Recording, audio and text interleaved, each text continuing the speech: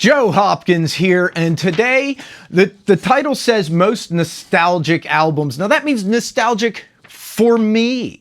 I was going to do a 10, but there's so many that are really just, that do that thing, you know, where you hear a song off of the album, hear the album, even a B-side, even the album artwork just takes you back to someplace else, to someplace that isn't anymore. All of a sudden, you're 12 again, or you're 15 again, or you're 20 again. You know, it shoots you back to that time. Nostalgia. Now, these aren't necessarily the best albums. This isn't an exhaustive list, and there are always those songs, the specific songs that do it. But I'm talking about where the whole album really does that for you. I don't know if that's changing these days with streaming. People are more into singles again, songs, and that's cool. People were into that before albums. So here we go. Here's my list of the 25 albums that just came to mind that really take me back, right? And they're not in any particular order. It's just is what it is. Let's start at the top here. Eric Clapton, 24 Nights. Now that's the only live album I'm putting on here. Mostly I'm not doing best of compilations, greatest hits, anything like that. But I'm not doing live albums other than 24 Nights, because that really takes me back. My God, I listened to that album a lot. My dad was a big Clapton fan, and he had it on cassette tape, and I played that thing to death. You know what I mean? Number 2, Led Zeppelin 2. Which was the first cassette tape I bought personally. The first album I bought with my own money was Led Zeppelin 2. And man, that slaps me back to being a kid again. Black Sabbath, Paranoid.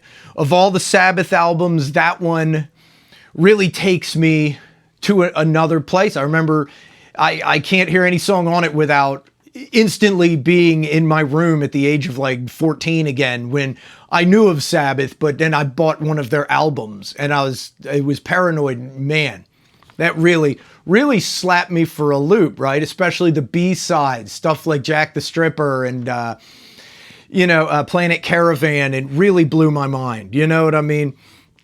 What do we got next? 1984 by Van Halen.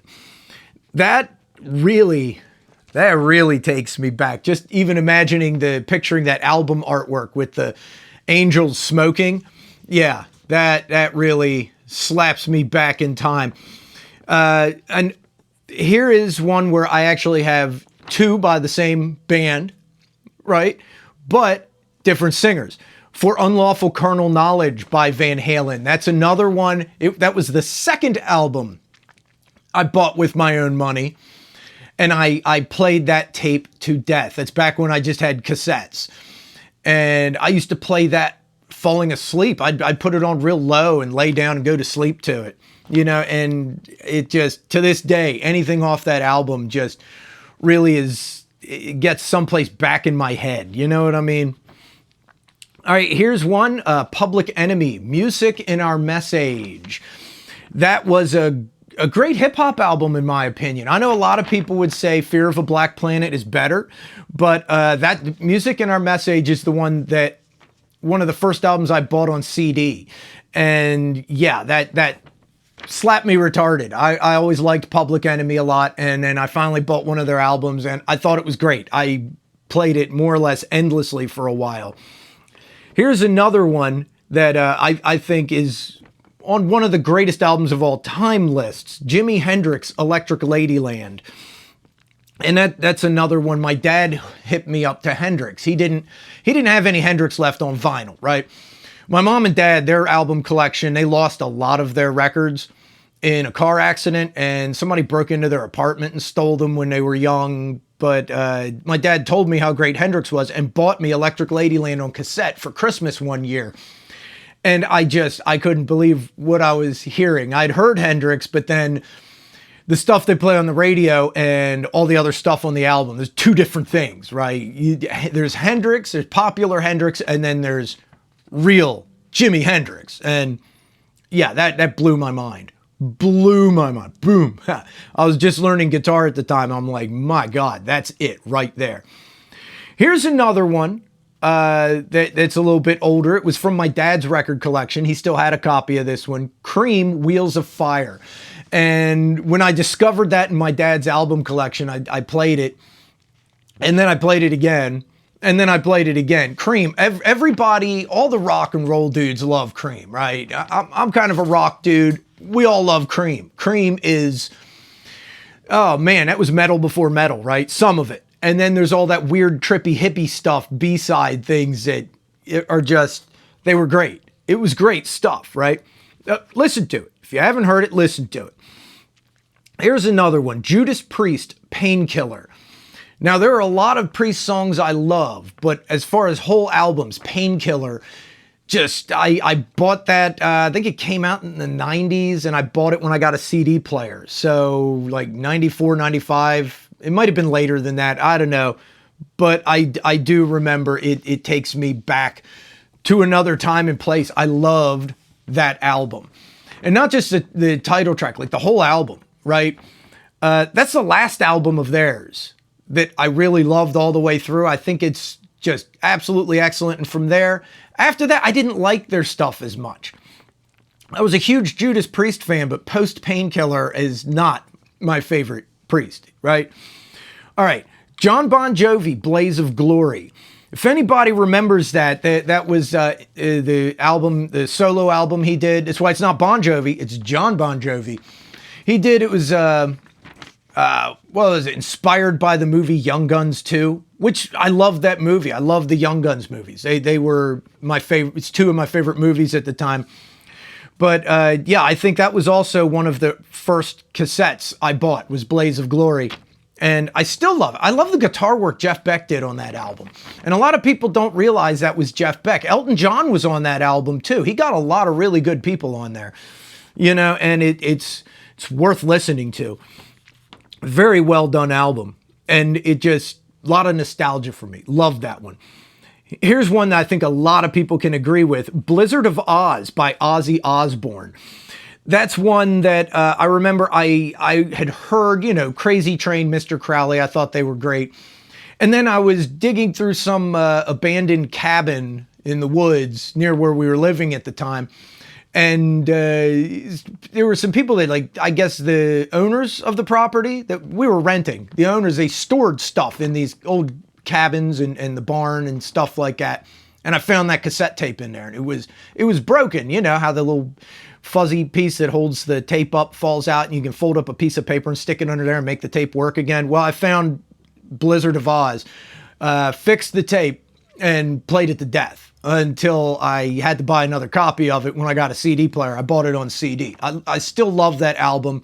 There's something about found things when you discover something like that almost accidentally. It's like I liked Ozzy a lot, and then I actually found that album, and there's just something special about it because it's a found thing. It's like this mystical thing you find in the woods, which I did. I found it in the woods.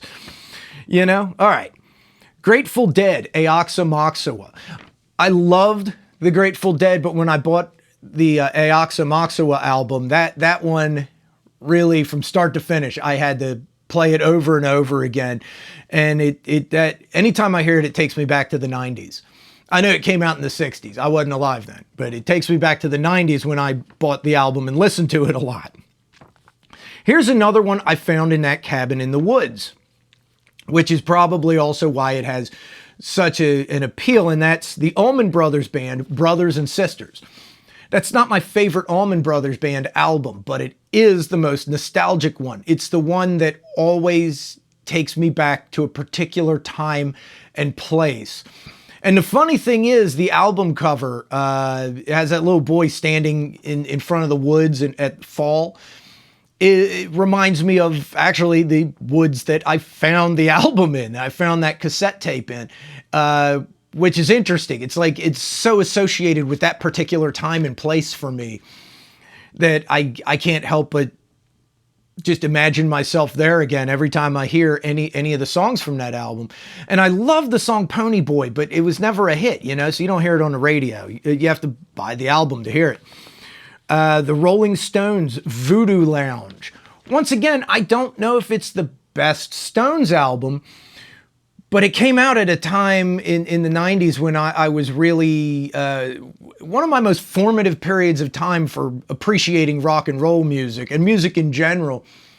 It got me. It got me. Good album, too. It is an excellent album. But yeah, it got me a particular way. Here's one going back to to when I was learning folk guitar, right? Bert Jansch, his self-entitled album called Bert Jansch. My dad had a copy of that. Again, it's one of my dad's records that I found and put on, and I really liked my dad's folk records, you know, Simon and Garfunkel, Leo Kottke, stuff like that. But then I found Bert Jansch, and something about his singing, his songwriting, that Irishness of it, right? It got me. It got me right here, you know? And I loved it. And what's weird is when you look up his Bert Jansch's self-entitled album, the one that it comes up isn't the one my dad had. He had like this, I don't know if it was an imported one or if it was like it has a couple of songs are different and the song order is different. So it's hard to find now. I think I might actually have stolen my dad's copy of it. I got it somewhere, but I don't have a record player anymore. But yeah, that album, my God, that takes me back to when I was learning finger picking and all that folk stuff, right? Here's one that takes me, I mean, right back to like 92, 91, 92. Jane's Addiction, Ritual de la Habitual. That was so big at the time that I was leaving Baltimore, which is probably why it really sticks in my head so much. Because I bought that album when I first got a CD player. I bought it on CD, and the whole album is great. But, you know, a friend of mine had it, and we listened to it. This is when I was like 11, 12, or no, 13 or 14, around there, right? Early 90s. And it just reminds me of that last year or two I lived in the city. And that almost more than anything else, that and like the Chili Peppers were big at the time, and that No More Tears album by Ozzy. But as far as whole albums go, Jane's Addiction, that one, the whole album still just reminds me of Baltimore. Here's another one that takes me back to my childhood in the city. MC Hammer, Please Hammer, Don't Hurt 'Em. And for anybody that thinks that's a weird pick, I mean, keep in mind, MC Hammer was huge at that time. I mean, absolutely massive. Him and like Vanilla Ice owned the airwaves. So I bought Please Hammer, Don't Hurt 'Em on cassette tape. Now that I think about it, that might have been the first album I bought on cassette tape. But yeah, I bought that before. No, I bought it right after Led Zeppelin 2. But I bought it on cassette tape and I played the crap out of it, man. I loved MC Hammer. I thought that was just the bomb, you know? Obviously, I'm a rock guy, but I really like that hip hop in the 80s, you know? I loved Run DMC and Grandmaster Flash and a lot of the stuff that was coming out then. And then MC Hammer came out, man. It was like, it sounded so fresh, so cool at the time, you know? Loved that album. All right, next, Garth Brooks, Rope in the Wind. I guess I got to throw a country album in there somewhere. I did listen to a lot of country in the 80s and 90s. And Rope in the Wind, man, I bought that album because it was a good album. I bought it. I played the crap out of it. I love that album. There's a lot of country music I love, and there's a lot of country music that takes me back. But that one, that's where the whole album does it for me. You know what I mean? If I had to pick a second country album, it'd be Guitars, Cadillacs, etc. by Dwight Yoakam. That one takes me back too, but not as much as Garth Brooks does. Right? All right. We'll throw in some more hip hop here. Eazy-E, 187 Killer. Right? That, I really liked Straight Outta Compton when it came out, NWA. I liked their stuff a lot. And then when they split up, I really, really liked Eazy-E. That I think that was his first solo album that came out. I really liked it. I thought that was some really, really good stuff. That slapped me retarded. I know Dr. Dre is the one that blew up like mainstream big. But I just felt like Eazy-E had such a flow to it, and the bass was banging on that. My friend had like a 15-inch subwoofer in the trunk of his mom's car, and we'd drive around just cranking that album to the max, just blowing our eardrums out. All right, Rage Against the Machine, their first album, the self-entitled album. That one, there we go, make sure that doesn't cut off on me. That was an amazing album. I had a friend, when it first came out, I was over at my friend's house, and his little brother put it on the stereo, right? And I'm like, it just stopped me in my tracks. I'm like, whoa, what is that? That was an amazing piece of work. Just a great band. I'm glad I got to see them live back when they were still around and still doing their thing, you know? But yeah, that's one of those ones that stopped me dead in my tracks. I'm like, what is this? I need more of this in my life. Here we go. Sublime, 40 Ounce to Freedom. Now that certainly wasn't the first I'd heard of Sublime. Their self-entitled album came out and I heard that. But then when I bought 40 Ounce to Freedom, I'm like, well, I'm going to get this album. I couldn't stop playing it. I liked it so much. That and Robin the Hood, oddly enough, I was really partial to. But 40 Ounce to Freedom, that's the one that instantly takes me back to the 90s. I still love it to this day. Let's see. Here's a good one. Metallica, Master of Puppets. I got to put some Metallica on here. I was a massive, massive Metallica fan. And I was thinking, like, which Metallica album really just puts me right back into a time and place? And it's either Ride the Lightning or Master of Puppets. I think Master of Puppets does it more to me. Because it was just, oh my God, when I bought that album, I know it came out in like 86, but, and I'd heard their stuff, but then I bought it in like, I don't know, 8 years after that, like in 90 something, and just played it and played it and played it and played it and played it and couldn't stop playing it. That was amazing. Here's one that, I don't know, you might think this is weird. Bjork, her album Post was just so cool. It was just so cool. And I was a fan of Bjork, but then when I met my wife, when me and my wife were just dating back in the late 90s, she had all of Bjork's albums. And she put on Post, and I ended up borrowing it and just playing the crap out of it. I couldn't get enough of that one. That and Debut, but Post especially. I couldn't get enough of that. That was such a good album. All right, System of a Down, Toxicity. When that came out and they started playing them on MTV, I recognized a total change in direction for heavy metal, right? Because that was around the time, it was right after Linkin Park started, was getting real big.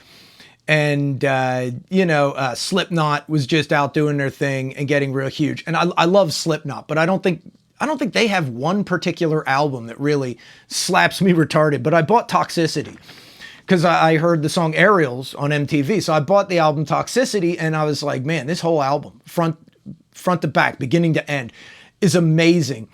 And System of a Down, I thought, man, this is such a strange band. It's strange in such a cool way. They're doing things that other people don't. They have a sound that is just so frantic and disjointed. I liked it. It was something totally fresh at the time. And now, of course, it's copied ad nauseum, but when I hear that album, it still just drags me back to the early 2000s. And, that was a good time in its way. That was a good time for me.